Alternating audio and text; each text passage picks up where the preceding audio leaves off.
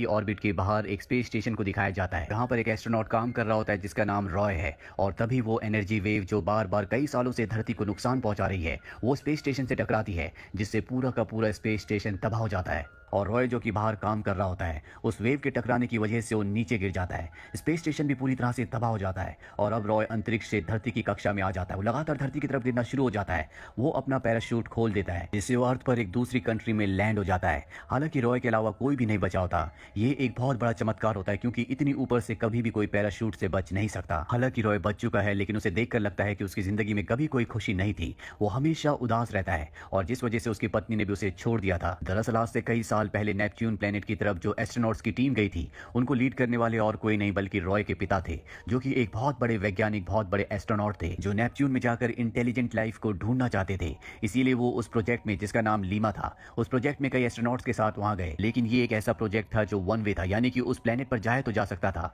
लेकिन वहां से आने का उनके पास कोई भी रास्ता नहीं था। जिस वक्त उसके पिता गए थे रॉय बहुत छोटा था। उसके पिता उसकी मॉम को उसे छोड़कर चले गए थे। रॉय अपने पिता से बहुत प्यार करता था और जब उसके पिता की टीम का कॉन्टैक्ट अर्थ से पूरी तरह से टूट गया तो उसे बताया गया कि उसके पिता अब जिंदा नहीं है, वो मारे जा चुके हैं। जिसके बाद रॉय बहुत उदास हो गया। उसके मन में सिर्फ एक सूनापन रह गया था जो आज भी बरकरार है। अब रॉय को उसकी टीम अपने पास बुलाती है और उसे बताया जाता है कि जो एनर्जी वेव तुम्हारे स्पेस स्टेशन से टकराई थी, जिससे एक्सीडेंट हुआ था, वो नेपच्यून प्लेनेट से आई थी। हमें लगता है कि तुम्हारे पिता अब भी जिंदा है। वो अर्थ से निकलने के 16 साल बाद नेपच्यून प्लेनेट पर पहुंच गए थे। कॉन्टैक्ट उनसे टूट गया लेकिन आज पूरे 29 साल हो चुके हैं और उनके पहुंचने के बाद से एनर्जी वेव्स धरती पर आना शुरू हो गई। हमें लगता है कि वहां पर वो कुछ ना कुछ एक्सपेरिमेंट्स कर रहे हैं और अगर वो इसी तरह से करते रहे तो हम अपनी धरती को खो देंगे। इसीलिए हमने तय किया है कि तुम एक टीम के साथ मार्स प्लेनेट पर जाओ, जहां से तुम नेपच्यून प्लेनेट पर अपने पिता से कांटेक्ट कर सकते हो और तुम्हें इन सब चीजों को उन्हें रोकने के लिए कहना होगा। अब रॉय भी मान जाता है क्योंकि वो अपने पिता से मिलना चाहता है, वो उनसे बहुत प्यार करता है। इसीलिए वो टीम के साथ मार्स पर जाने के लिए तैयार हो जाता है। लेकिन सबसे पहले इन्हें मून पर जाना होगा। यहाँ पर कर्नल भी उसके साथ आते हैं। दरअसल वो उसके पिता के एक पुराने दोस्त हैं और अब सब के सब मून पर पहुंच जाते हैं, जहां पर इनका एक मिलिट्री बेस होता है। पर तभी कुछ लोग इनके ऊपर हमला कर देते हैं और यहाँ पर हमें पता चलता है कि मून पर भी अब जमीन का डिस्प्यूट चल रहा है। यहाँ पर इंसान आराम से आ जा सकते हैं। अब इनके ऊपर जिन लोगों ने हमला किया होता है वो इनके सभी साथियों को मार देते हैं। लेकिन रॉय और कर्नल किसी तरह से बचकर बेस तक पहुंच जाते हैं। कर्नल की हालत बहुत ज्यादा खराब हो जाती है क्योंकि उन्हें हार्ट की प्रॉब्लम है और रॉय से कहते हैं कि मैं यहाँ से आगे नहीं आ सकता। और वो रॉय को एक सीक्रेट मैसेज देते हैं जिसके अकॉर्डिंग रॉय के पिता को, जो कि नेपच्यून में अपनी टीम के साथ गए थे, उन्हें स्पेस में ही खत्म करना होगा। यानी कि उन्हें किसी भी कीमत पर धरती पर नहीं आने दिया जाएगा क्योंकि सबको लगता है कि वो धरती के लिए, अर्थ के लिए खतरा है। ये सुनकर रॉय को बहुत दुख होता है और अब वो अपने बचे हुए साथियों के साथ मार्स प्लेनेट की तरफ निकल पड़ता है। और जब ये मार्स की तरफ जा रहे होते हैं तभी रास्ते में इन्हें एक दूसरे स्पेस स्टेशन से सिग्नल्स मिलते हैं और ये लोग तय करते हैं कि इन्हें उस स्पेस स्टेशन पर जाना चाहिए। हालांकि रॉय ऐसा करने से मना करता है। वो कहता है कि हमारा मिशन मार्स पर जाना है, लेकिन उसकी बात नहीं सुनी जाती और अब सब के सब उस जगह पहुंच जाते हैं जहां से इन्हें सिग्नल्स मिले थे। और जब स्पेस स्टेशन के अंदर जाते हैं तो पूरी तरह से खाली होता है, वहां पर कोई भी इंसान नहीं होता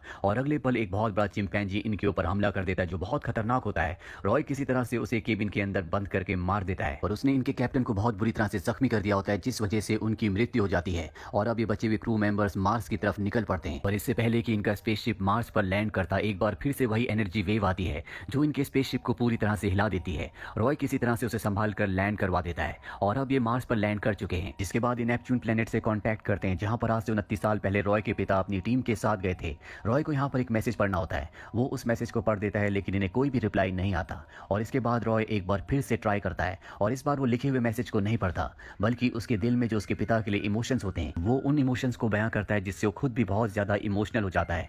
यहाँ इनकी जो हेड होती है वो रॉय को अब इस टीम से निकाल देती है क्योंकि उसने रूल्स को फॉलो नहीं किया। उसे वही बोलना था जो लिखा गया था। लेकिन रॉय ने जो मैसेज अपने पिता के लिए भेजा था वो बहुत ज्यादा इमोशनल होता है, इसीलिए उसके पिता का रिप्लाई उसे आ जाता है लेकिन वो रिप्लाई उसे सुनने नहीं दिया जाता। और इस टीम की जो हेड होती है वो रॉय को अर्थ पर वापस भेजना चाहती है, पर इससे पहले कि उसे अर्थ पर वापस भेजा जाता उसके पास यहाँ की डायरेक्टर आती है और उससे पूछती है कि तुम यहाँ पर क्या करने के लिए आए थे। दरअसल अर्थ से वो अपने साथ कर्नल को लेकर आया था और ये जो बाकी लोग थे, बाकी क्रू मेंबर्स थे, पहले से मून पर थे जो उसके साथ यहाँ पर आए हैं। इसीलिए इन सबको रॉय के मिशन के बारे में बहुत कुछ नहीं पता होता। रॉय ने कुछ बताना भी नहीं चाहता क्योंकि ये एक सीक्रेट मिशन है। और तब उसे डायरेक्टर बताती है कि जो वेव्स हमारी धरती से, मून से और दूसरे प्लेनेट से टकराती है उसकी वजह से मेरे बहुत सारे साथी मारे जा चुके हैं। इसके बाद रॉय को ये भी बताती है कि आज से कुछ साल पहले हमें तुम्हारे पिता का एक मैसेज आया था और वो मैसेज उसे दिखाती है जिसमें रॉय के पिता कह रहे होते हैं कि हम सब यहाँ पर इंटेलिजेंट एलियंस को ढूंढने के लिए आए थे जो हमसे से बहुत ज्यादा एडवांस हो जो हमारी धरती को बचा ले। और ये एक बहुत बड़ी खोज थी। लेकिन मेरे सभी साथी अर्थ पर वापस जाना चाहते थे क्योंकि साइकोलॉजिकली वो बहुत ज्यादा वीक हो चुके थे। मैंने उन्हें ऐसा करने के लिए मना भी किया,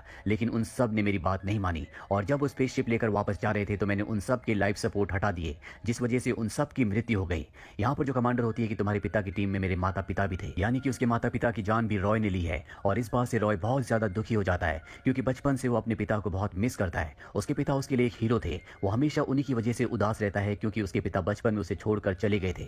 और अपने पिता का ये सच जानने के बाद उसे बहुत दुख होता है कि उसके पिता ने कई मासूमों की जान ली। डायरेक्टर उसे बताती है कि तुम्हारे पिता के एक्सपेरिमेंट्स की वजह से ये एनर्जी वेव्स जनरेट हो रही हैं, जिससे हमारी अर्थ को खतरा है। और तुम्हें यहाँ पर इसलिए भेजा गया है ताकि तुम्हारे पिता तुम्हारे मैसेज का जवाब दें, ताकि उनकी लोकेशन का पता चल जाए और उस स्पेस स्टेशन को ब्लास्ट कर दिया जाए। और अब उन्हें पता है कि तुम्हारे पिता का स्पेस स्टेशन कहां पर है और जल्दी यहां से एक रॉकेट लॉन्च होने वाला है जो तुम्हारे पिता की स्पेसशिप को ब्लास्ट कर देगा। रॉय डायरेक्टर से कहता है कि मैं आखिरी बार अपने पिता से मिलना चाहता हूं, मुझे तुम्हारी मदद की जरूरत है। और इसके बाद डायरेक्टर एक टनल से उसे उस रॉकेट तक पहुंचा देती है जो लॉन्च होने वाला है। और इससे पहले कि रॉकेट लॉन्च होता वो उसके अंदर पहुंच जाता है। और इसके अंदर जो एस्ट्रोनॉट्स होते हैं उन्हें पता चल जाता है कि रॉय अंदर आ चुका है। उसका दिमागी संतुलन पूरी तरह से ठीक नहीं है। वो उसे गन से बेहोश करने की कोशिश करते हैं, लेकिन फायर की वजह से इनका ग्लास क्रैक हो जाता है, जिससे इसके अंदर की जितनी भी ऑक्सीजन होती है वो सब की सब रिलीज हो जाती है। और यहाँ पर सब के सब एस्ट्रोनॉट्स मारे जाते हैं। रॉय बच जाता है क्योंकि उसने स्पेस सूट पहना होता है। और अब वो अकेले उस तरफ निकल पड़ता है जहाँ पर उसके पिता का स्पेस स्टेशन है।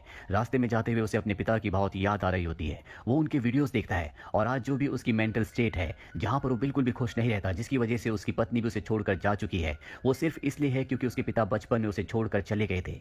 वो अपने पिता से बहुत प्यार करता है और एक बार वो उनसे मिलना चाहता है ताकि उसके दिलो दिमाग में जो उदासी वो हमेशा के लिए खत्म हो जाए। और अब वो स्पेस स्टेशन तक पहुंच जाता है। जब वो उसके अंदर जाता है तो देखता है कि वहां पर बहुत सारे एस्ट्रोनॉट्स और वैज्ञानिक होते हैं जिनकी डेड बॉडीज होती है। और सामने उसे एक बहुत बड़ा टैंक दिखता है जिसके अंदर एंटी मैटर है। वो समझ जाता है कि इसी की वजह से वो एनर्जी वेव्स आ रही हैं। रॉय के पास जो न्यूक्लियर बॉम्ब होता है वो उसे वहां पर फिट कर रहा होता है। तभी उसके पिता के ऊपर से आवाज आती है कि वहां पर कौन है। वो पहचान जाते हैं कि ये उनका बेटा रॉय है।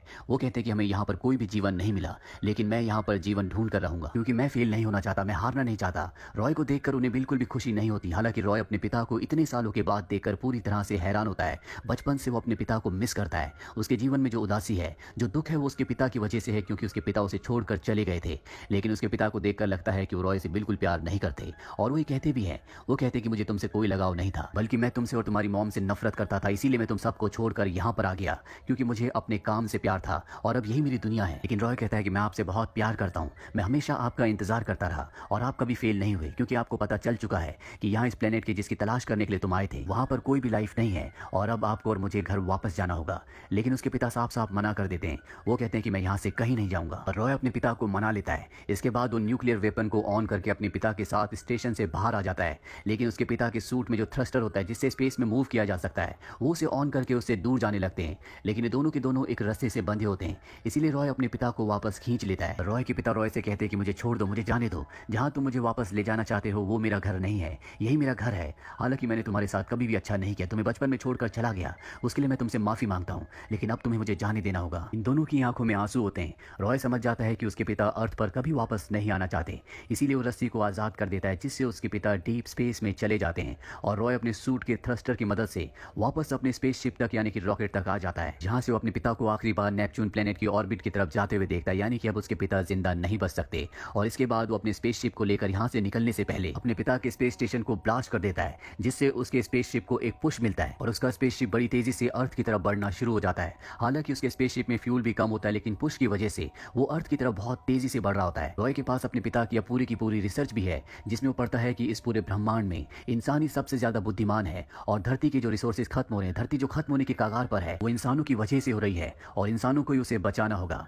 इसके बाद वो अर्थ पर वापस आ जाता है। वो जख्मी होता है, इसीलिए उसे हॉस्पिटल में ले जाया जाता है। और बचपन में उसके पिता की वजह से उसके दिमाग में जो सैडनेस होती है, अब वो भी पूरी तरह से खत्म हो चुकी है। उसे पूरी असलियत पता चल चुकी है। उसने जो भी एक्सपीरियंस किया होता है, उससे रॉय को एहसास होता है कि जो भी लोग उसके पास हैं, उसे उनसे ही प्यार करना होगा। उसकी पत्नी जो उसे छोड़कर चली गई होती है, वो अपनी पत्नी से मिलने के लिए जाता है और उसे कहता है कि मेरे मन में एक ही जिद थी कि मैं अपने पिता से मिलूं, लेकिन मैं अपने पिता की तरह नहीं बनना चाहता। मैं तुम सबसे प्यार करता हूं और तुम्हारे साथ रहना चाहता हूं। दरअसल रॉय को लगता था कि उसके पिता उससे दूर हो गए हैं, जो उससे बहुत प्यार करते थे, लेकिन उसके पिता ने उससे कभी प्यार नहीं किया था। और आखिरी में उसके पिता ने उससे माफी मांगी थी और रॉय नहीं चाहता कि वो भी अपने पिता की तरह बने, इसीलिए वो अपनी पत्नी से माफी मांगता है और कहता है कि अब मैं पूरी तरह से बदल चुका हूं। इस पूरे सफर ने रॉय को यह समझा दिया कि उसे जीवन में स्टैग्नेंट यानी कि एक जगह रुकना नहीं चाहिए। एक फीलिंग्स के लिए अपनी और दूसरों की जिंदगी को बर्बाद नहीं करना चाहिए, बल्कि ज़िंदगी में आगे बढ़ना चाहिए। उसे एहसास होता है कि ज़िंदगी में खुश रहना बहुत ज़रूरी है और अपनों का साथ उससे भी ज़्यादा ज़रूरी। और अब रॉय पूरी तरह से बदल चुका है और इसी के साथ ये फ़िल्म, ये कहानी यहीं पर खत्म